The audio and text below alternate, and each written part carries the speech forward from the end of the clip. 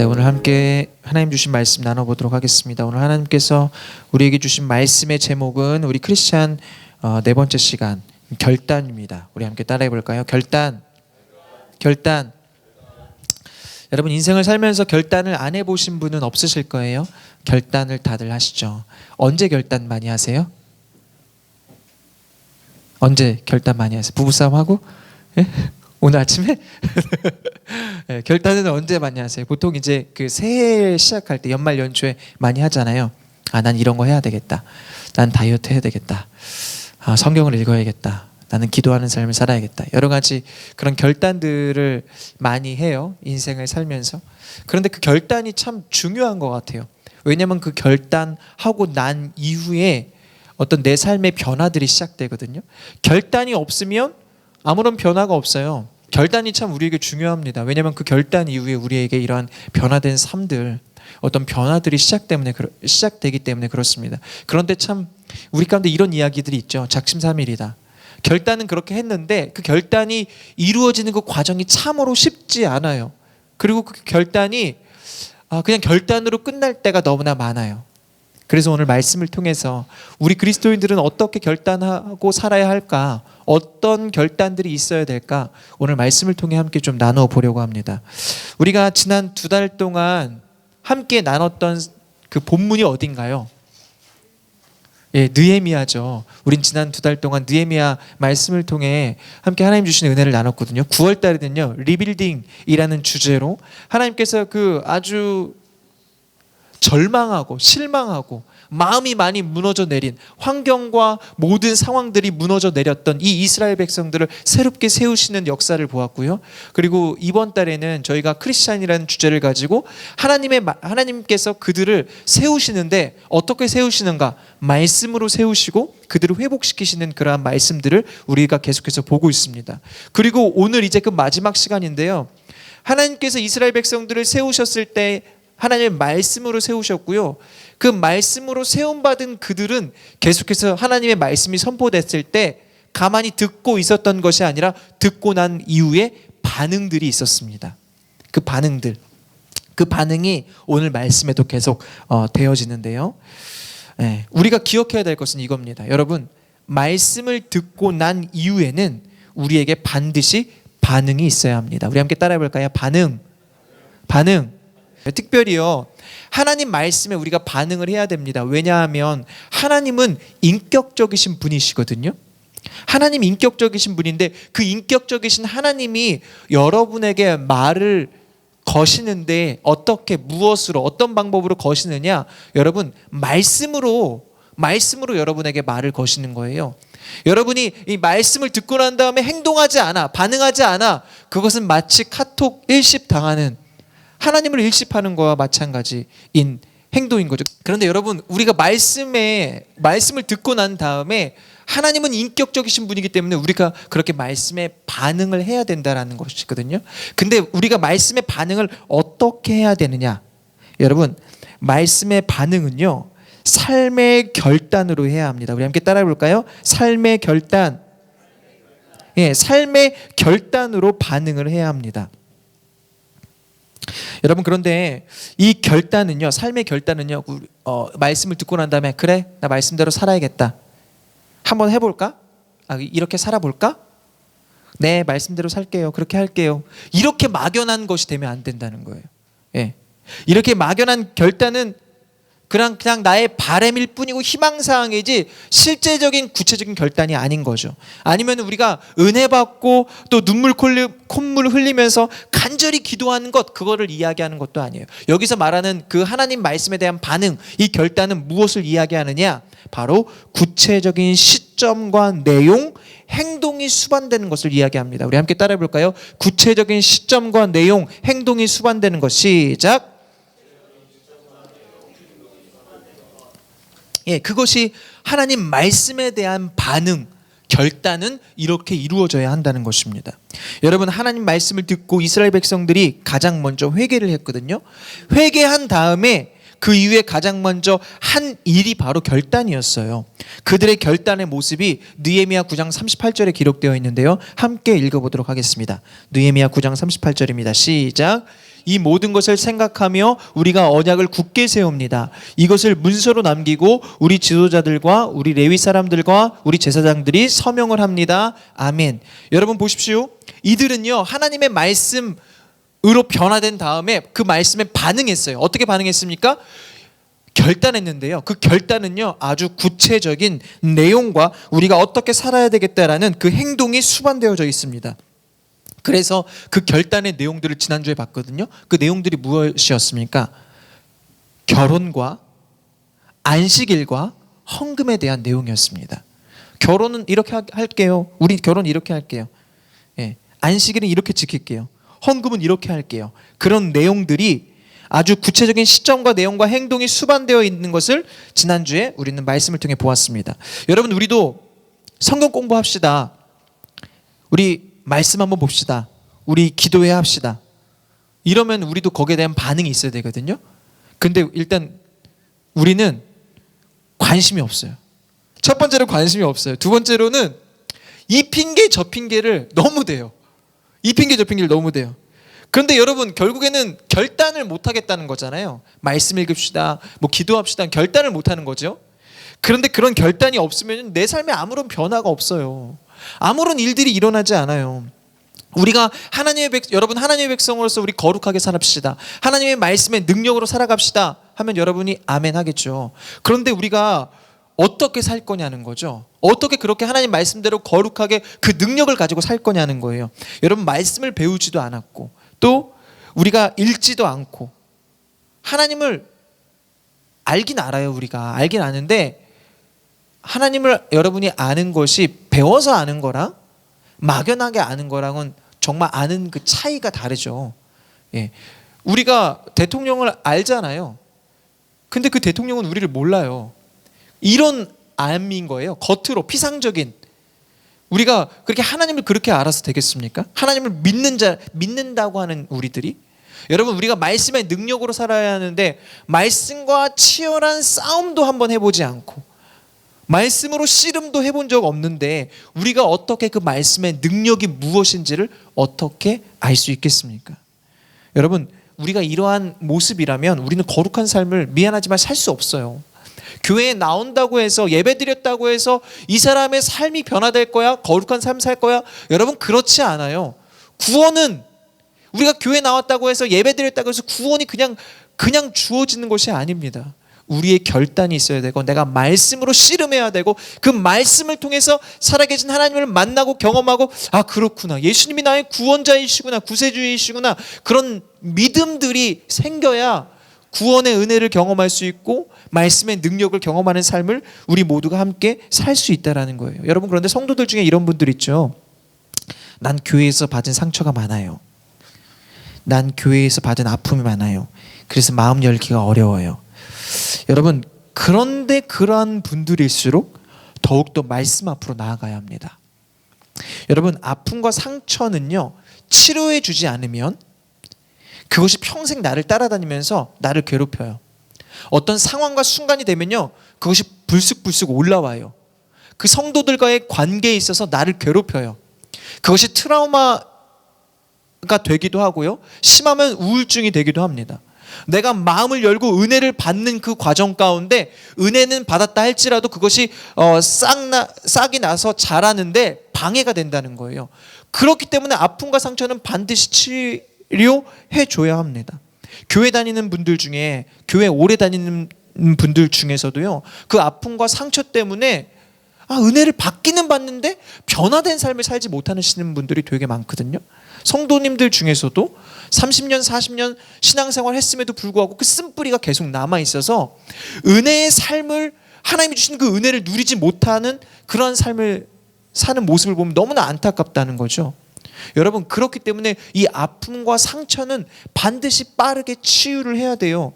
여러분 그런데 그 아픔과 상처를 어떻게 치료할 수 있냐라는 거예요. 어떻게 치유할 수 있냐라는 거예요. 여러분 이스라엘 백성들을 한번 볼게요. 이스라엘 백성들이요 부푼 꿈을 안고 예루살렘으로 왔거든요. 돌아왔거든요.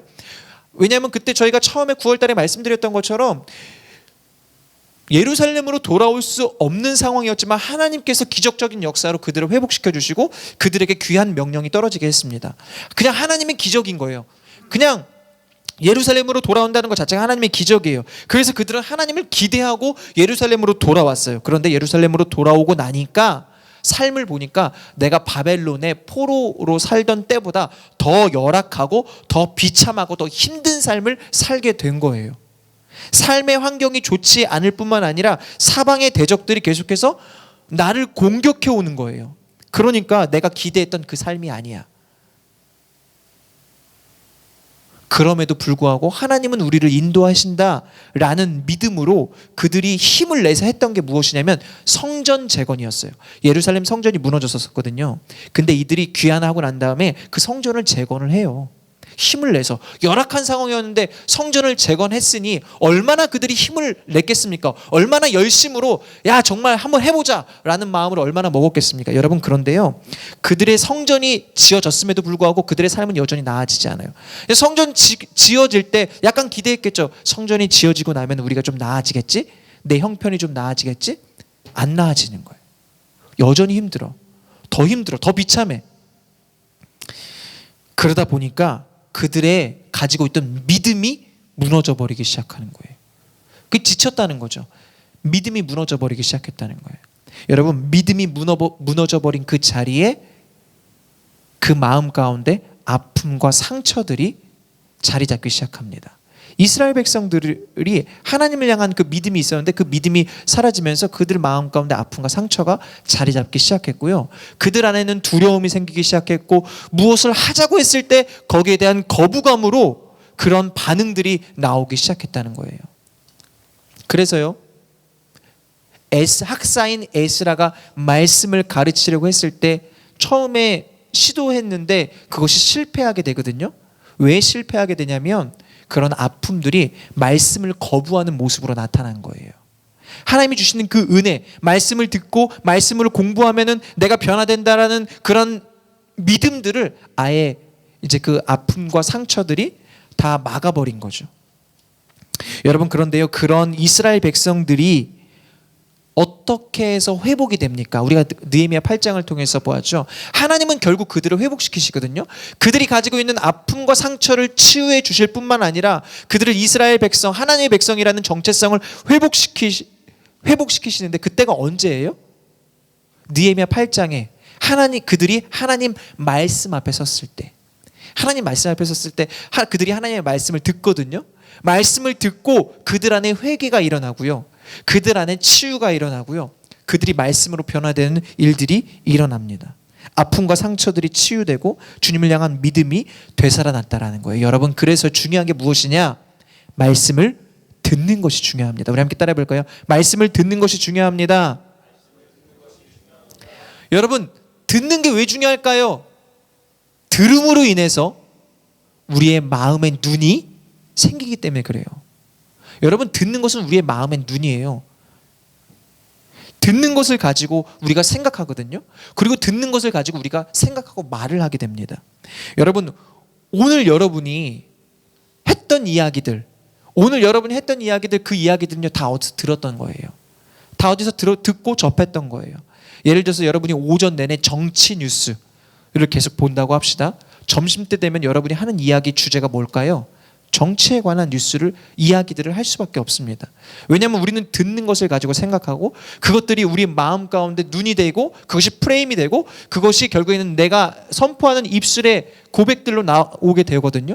그래서 무엇을 듣느냐가 참 중요합니다. 여러분이 평소에 어떤 것을 틀어놓고 무엇을 듣고 무엇에 귀를 열어놓고 있느냐가 중요해요.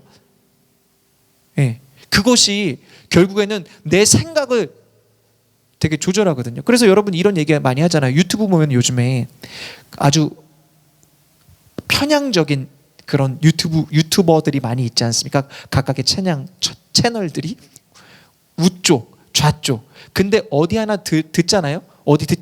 들으면 틀린 말이 하나도 없어요. 그래서 거기에 그냥 현혹될 수밖에 없어요. 우리가 무엇이 옳고 그른지 어느 한쪽만 들으면 판단하기가 어려워요. 왜냐하면 우리가 그거를 듣고 거기에 대한 프레임이 내 머리 안에 이미 그렇게 짜여져 있기 때문에 그렇습니다. 여러분, 듣는 것이 그렇게 중요해요. 여러분, 그렇기 때문에요, 아픔과 사실 상처가 없는 분들이 누가 있겠습니까? 저도 있어요. 아픔과 상처가 없는 분들이 누가 있겠어요? 그 아픔과 상처가 없는 분들이 없는데, 그런데 그 아픔과 상처에 갇혀 있지 않으려면 어떻게 해야 되느냐? 여러분, 하나님 말씀 앞에 나와서 그 말씀을 듣게 되시기를 예수님의 이름으로 간절히 축복합니다. 아멘. 말씀을 들어야 돼요. 그리고 그 들려지는 말씀 앞에 우리가 어떻게 해야 됩니까? 반응해야 되죠. 그 반응이 무엇입니까? 그 반응은 구체적인 내용과 시간을 정해서 행동을 수반하는 그 결단으로 이어져야 합니다. 여러분, 결국에는 우리가 하나님 말씀의 능력으로 삽니다. 그 말씀의 능력으로 산다는 것은 무엇이냐면, 그렇게 결단한 결단들을 이루어가려고 여러분이 삶 가운데 몸부림칠 때 그것이 말씀의 능력으로 살아가는 거예요. 오늘 이스라엘 백성들이요, 하나님 말씀 앞에 결단한 그 지금의 마음, 결단했어요. 나 오늘 하나님 말씀대로 살아야지. 나 이제 오늘 말씀을 듣는 게 중요하구나. 그럼 나 이제 맨날 말씀 들어야지 라고 그 결단을 할 거 아닙니까, 우리도? 근데 그 결단의 마음들이 변질될까 봐 그들이 어떻게 합니까? 그 마음이 변질될까 봐 스스로 이 빠져나갈 구멍을 차단해 버리는 거예요. 그것이 무엇이었느냐? 여러분, 백성 전체가 서양문에, 오늘 이제 그 9장 38절 읽은 거에 그 모든 방백과 제사장과 레위 사람들이 서명을 하거든요.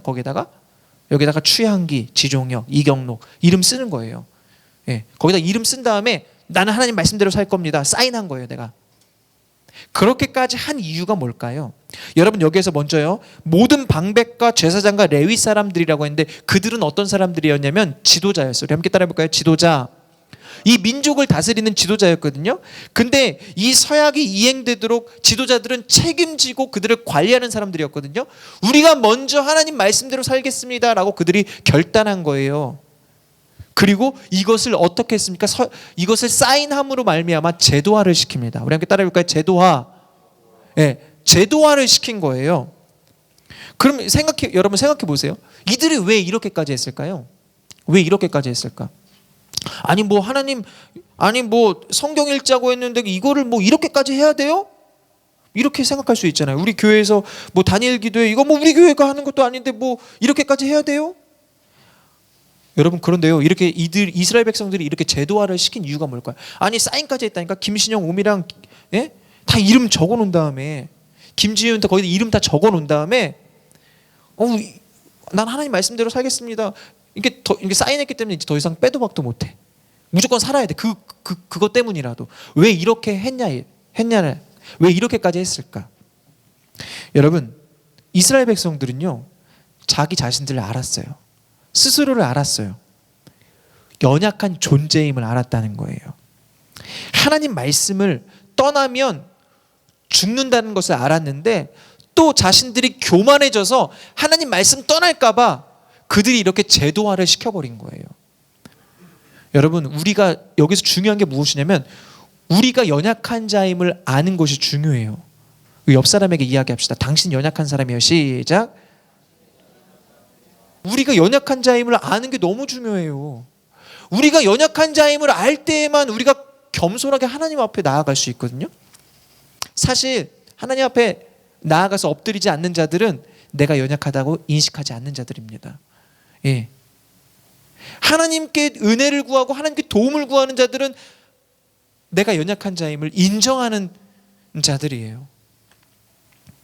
오늘 이스라엘 백성들이요, 이렇게 제도화 시킴으로 인해서, 이렇게까지 함으로 인해서 그들이 얻을 수 있는 유익이 있었거든요.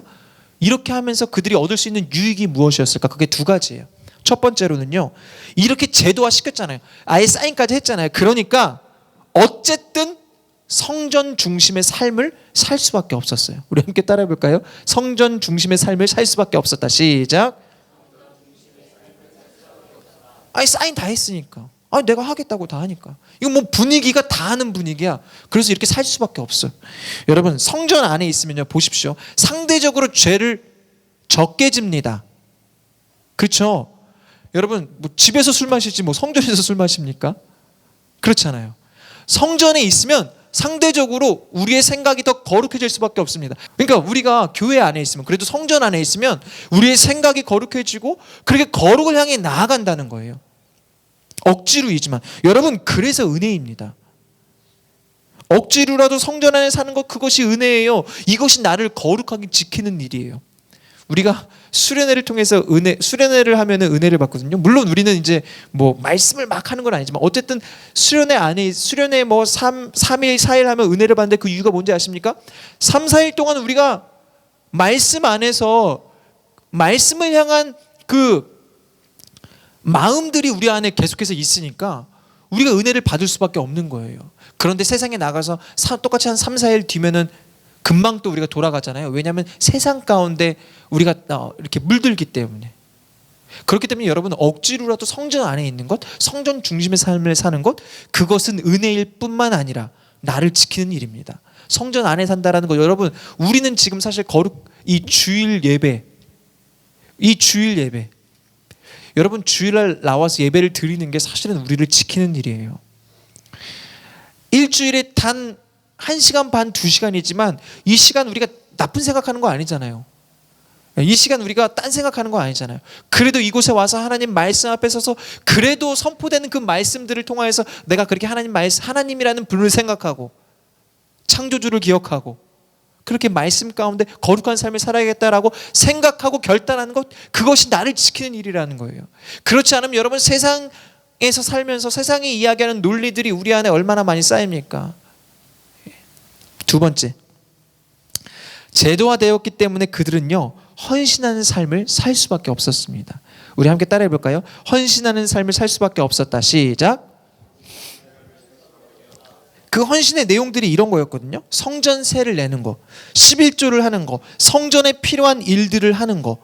여러분, 억지로라도 기록되어 있었기 때문에 그들이 할 수밖에 없었던 거예요. 억지로 헌금하고 뭐 다 억지로는 아니지만 어쨌든 이것을 원하지 않는 사람들도 있었을 테지만 그들은 어쨌든 모두가 다 그렇게 제도화되었기 때문에 마치 세금과 마찬가지예요. 내지 않으면 안 되는 그런 상황이었어요. 여러분, 그런데요, 억지로라도 헌금을 하니까 어떤 일들이 일어났느냐? 성전에 대한 마음이 더욱더 커지게 됩니다. 하나님에 대한 마음이 더욱더 커지게 돼요. 여러분, 사랑하는 사람에게 돈 쓰는 건 아깝지 않아요. 써보셨어요? 사랑하는 사람에게 돈 쓰는 건 아깝지 않아요. 그런데 여러분, 사랑하지 않는데 돈 쓰면 되게 아까워요. 그런데요, 참 신기한 게 돈에 힘이 있죠. 그렇게 억지로라도 돈을 계속해서 쓰다 보면 그곳 가운데 마음이 생깁니다. 그곳 가운데 마음이 생겨요. 여러분, 이들이요, 이렇게 이것을 제도화시킴으로 말미암아 계속해서 헌금을 하게 됐어요. 그러다 보니까 성전에 대해서 생각하게 되는 거예요. 그리고 성전 안에 머물면서 하나님에 대해서 생각하게 되는 거예요. 그러면서 거룩에 대한 생각을 하고 하나님 말씀에 대한 생각을 하고 내가 하나님의 백성이라는 그 사실을 늘 의식하게 되었던 거예요. 그러니 이스라엘 백성들에게 이러한 제도화가 얼마나 유익이고 그들을 지키는, 그들이 하나님의 백성이라는 그 정체성을 지키는데 얼마나 큰 유익이겠습니까? 여러분, 기억해 보세요. 우리도 세일의 기도회했잖아요. 우리가 3주 동안 세일의 기도회를 진행했는데 여러분, 그것이 어떤 분들에게는 억지로였을 수도 있어요. 그런데 우리가 시간을 올리자라고 했죠. 시간을 올리자라고 하니까 결국 그 시간을 올리자라는 그런 어떤 약속 때문에 그것이 이 세일의 기도회가 우리를 지키는 믿음을 지키는 그러한 유익한 시간이었어요. 은혜의 시간이었어요. 여러분, 기도 시간을 올려야 하니까요, 기도 장소를 찾는 거예요. 기도해야 되니까. 네, 기도 시간을 올려서 우리가 작정한 시간이 있으니까 이 시간을 채워야 되니까, 네, 기도 시간을 찾고 출근 시간에 기도하고 그 다음에 저도 막 새벽에 일어나서 기도하고 밤에 기도하고 길거리 다니면서 기도하고 그렇게 했던 거예요. 여러분, 그런데요, 그렇게 기도했을 때 이것이 누구에게 유익이 됐냐라는 거예요. 우리에게 유익이 됐죠. 저 자신에게 유익이 됐죠. 여러분, 이러한 제도화가요, 결국에는 나를 지키고 우리를 지키는 그러한 힘이라는 거예요. 그렇기 때문에 여러분, 이런 제도화가 좀 필요합니다. 약간의 강제적인 거죠. 그러나 이것이 우리를 지키는 거룩한 힘이 된다는 거예요. 우리가 아주 작은 습관이지만 오늘부터 무엇을 합니까? 셀별로 말씀 한 장 읽기, 이거를 시작합니다. 한 장이요, 아주 작은 부분입니다. 그러나 안 읽는 것보다는 훨씬 낫습니다. 너무나 작은 일이지만 여러분 함께 실천하시길 바랍니다. 아멘. 셀별로 한 장 읽는 이 말씀 함께 우리가 저와 여러분이 함께 읽기를 원해요. 그리고 은혜 받은 내용들을, 기억에 남는 구절들을 셀별로 나눠주세요. 그러면 그 나눈 거 가지고 셀장님이 정말 여러분을 위해서 눈물을 흘리면서 기도하실 거예요. 그리고 저도 그것들을 위해서 함께 기도할 것입니다. 우리 셀장님들이, 우리 셀원들이 잘할 수 있도록 날마다 독려를 해주십시오. 그리고 여러분이 먼저 솔선수범 해주셔야 돼요. 셀장도 안 하는데 셀원들이 하겠습니까? 목사가 안 하는데 성도들이 하겠습니까? 제가 먼저, 여러분 우리 셀장님들이 먼저 헌신해 주시고 잘할 수 있도록 도와주신다면 이것들이 어떤 분에게는 힘든 일이고 억지로일 수 있지만 그것이 우리의 삶을 지키고 우리를 거룩하게 하는 은혜의 시간이 될 줄 믿습니다. 아멘. 아멘. 네, 여러분 이스라엘 백성들의 이 의지, 하나님 말씀대로 살겠다라는 그들의 결단은요, 우리가 지금 말씀을 통해 본 것처럼 아주 단호했습니다. 그리고 그들은 재건된 예루살렘을 지키고 또 유지했으며 더 나아가서 자신이 살던 곳을 떠나서 예루살렘으로 이주를 하기까지 합니다. 우리가 오늘 함께 읽었던 말씀인데요, 느헤미야 11장 1절부터 2절까지 말씀을 우리 오늘 본문 다시 한번 읽어보도록 하겠습니다. 느헤미야 11장 1절부터 2절 우리 같이 읽을게요. 시작. 백성들의 지도자들은 예루살렘에 살게 됐습니다. 나머지 백성들에 대해서는 제비를 뽑아 10분의 1은 거룩한 성 예루살렘에서 살게 했고 그 나머지 10분의 9는 각자 자기의 성읍에서 살게 했습니다. 또 모든 백성들은 예루살렘에 살기로 자원하는 사람들을 축복해 주었습니다. 아멘. 여러분, 이 당시에 예루살렘은요, 완성된 도시가 아니었어요. 성벽은 지어졌는데 그 안에 인프라가 구축이 되지 않았던 거예요. 그래서요, 그 안에 새롭게 세워지고 채워져야 될 것들이 너무나 많이 있거든요. 무엇보다는 이제 그렇기 때문에 그 안에 필요한 게 무엇이냐? 예루살렘 성전 안에 거주할 사람들이 필요했다는 거예요. 한마디로 지금 예루살렘이라는 성벽이 지어졌는데 요즘으로 말하자면 아파트 지어놓고 대규모 미분양 사태가 펼쳐진 거죠. 예루살렘 안에 들어가서 그 예루살렘을 다시 재건할 사람들이 필요한데 그런 사람들이 없었던 거예요. 그러자 느헤미야가 어떻게 하냐면 이곳에 와서 살게 할 사람들을 제비를 뽑습니다. 그렇게 제비를 뽑아서 그곳에서 살 사람들을 선정을 해요. 그런데 그렇게 제비 뽑기를 한 결과 백성들의 지도자들과 전체 이스라엘 백성 중에 10분의 1 정도가 예루살렘에서 살게 됩니다.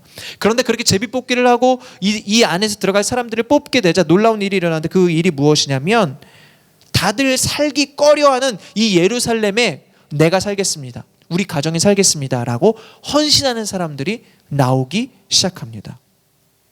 여러분, 지금 이런 상황에서 예루살렘에 살아간다는 것은, 예루살렘에서 산다는 것은 무엇을 의미하냐면, 여러분 우리나라 상황이랑은 매우 달라요. 지금 서울의 집값은 얼마나 비쌉니까?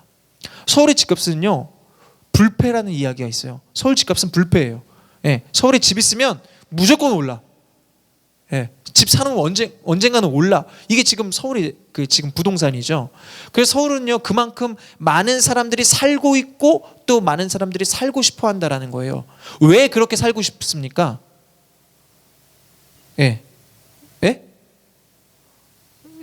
다 잘 돼 있어요. 정말 누릴 수 있는 것들도 많고요, 할 수 있는 것들도 많고요. 남자들보다는 사실은 우리 자매분들이 더 서울에 살고 싶어 하는 것 같아요. 그냥 얘기들을 들어보면 그래요. 그런데 어쨌든 서울은 그렇잖아요. 근데 지금 예루살렘은 어떤 도시냐면 그거 완전히 반대되는 모습이에요.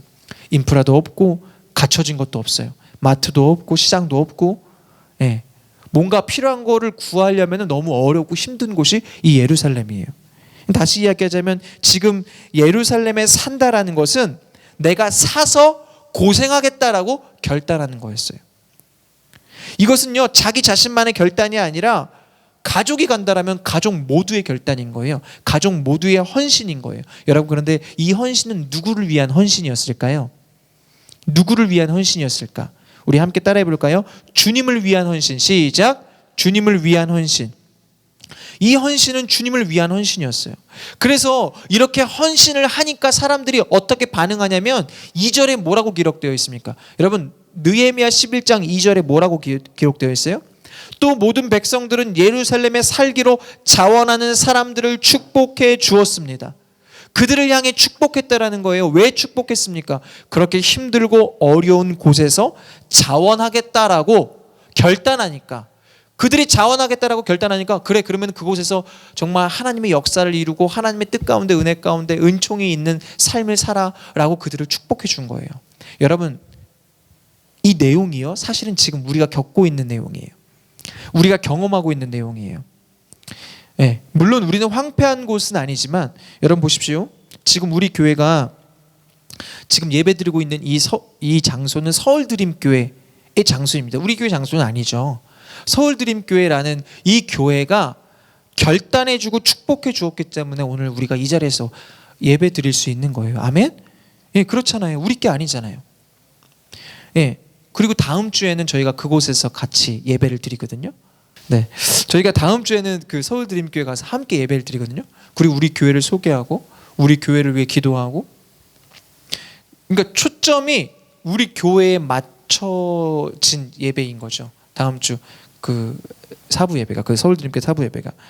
여러분, 그런데 그렇게 그들이 이렇게 결단하는 이유가 뭘까요? 우리 교회랑 사실은 아무런 상관이 없거든요. 교단도 다르고 다 달라요. 어떤 끈이 연결된 게 없어요. 세상의 기준으로는요. 근데 그들이 왜 그렇게 하냐라는 거예요. 여러분, 다른 이유가 무엇이 있겠습니까? 여러분, 하나님의 교회가 세워졌는데 그 교회가 더욱더 건강하게 세워지길 바라고, 또 세상 속에서 하나님의 선한 영향력을 끼치기를 원하며, 또 세상을 거룩하게 바꿔나가기를 바라는 마음은 하나님의 마음이자 하나님의 백성들 우리 모두의 마음이기 때문에 그래요. 결국 우리를 축복하는 이유는 우리가 하나님의 백성으로서, 하나님의 몸된 교회로서 건강하게 거룩하게 세워지기를 바라는 마음에 이러한 헌신들을 한다라는 거예요. 여러분, 우리가 이러한 지금 느헤미야 11장 2절에 있는 축복을 지금 우리가 지금 받고 있는 거예요. 지금 여러분, 그런데 이 느헤미야 우리가 11장 1절부터 2절까지의 말씀을 읽었는데 그 뒷부분에 보면 아주 흥미로운 내용이 기록되어 있어요. 그 흥미로운 내용이 무엇이냐? 바로 예루살렘에 사는 사람들, 이제 예루살렘에 사는 그 10분의 1 명단 말고 자기 고향으로 돌아간 사람들의 기록이 되어 있거든요. 명단이 기록되어 있거든요. 여러분, 그 명단이 왜 기록되어 있을까요? 예루살렘 안에 사는 사람들은 앞으로 고생할 사람들이에요. 앞으로 희생하고 헌신할 사람들이에요. 왜냐하면 그곳에서 사는 건 너무 힘드니까. 그런데 집으로 돌아간 사람들은 예루살렘에 사는 사람들 입장에서 보면 어떤 사람들이에요? 약간의, 이렇게 생각할 수도 있잖아요. 저들은 좀 약간 배신자. 우린 여기 와서 희생하고 헌신하는데 저들은 약간 좀 약간 덜 헌신하는 사람들, 이렇게 생각할 수 있지 않을까요?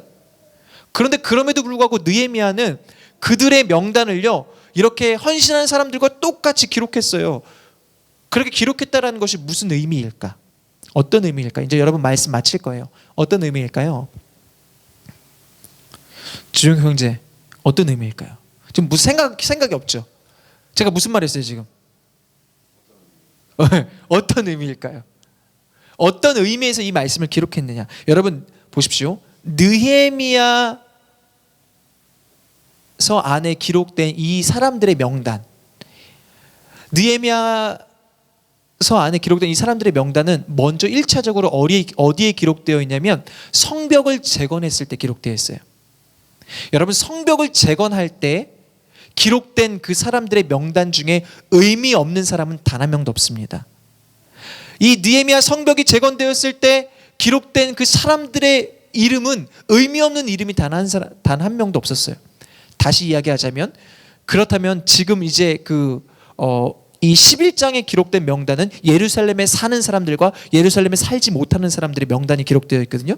한마디로 여기에 기록된 명단들도 의미 없는 사람은 단 한 명도 없다는 거예요.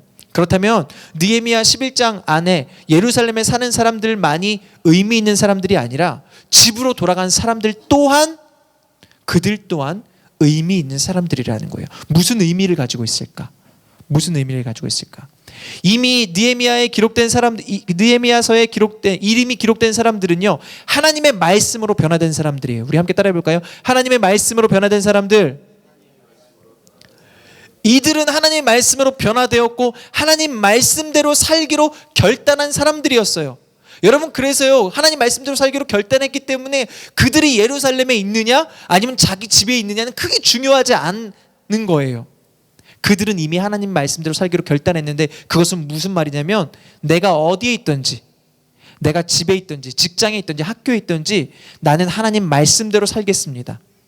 나는 나의 삶의 일상에서 하나님 나라를 세워가겠습니다 라고 결단했던 사람들이에요. 그래서 그들이 인간적인 모습으로 생각한다면, 인간적인 생각으로 그렇게 생각하고 판단한다면 이들은 배신자라고 할 수 있지만 느헤미야 입장에서는 그게 아니었던 거예요. 이들은 자기의 고향에 가서 하나님 말씀을 이루며 살 사람들. 그래서 이렇게 기록된 거죠. 여러분, 사실 그렇게 하나님 말씀, 그렇게 집으로 돌아간 사람들에게는 어쩌면 그게 더 큰 결단이었어요. 왜냐하면 성전이라는, 예루살렘이라는 그 울타리를 벗어나야 했기 때문에, 세상에 더욱더 맞닿는 삶을 살아야 하기 때문에 더 큰 결단이었을 거예요. 여러분, 이제 말씀 마무리하도록 하겠습니다.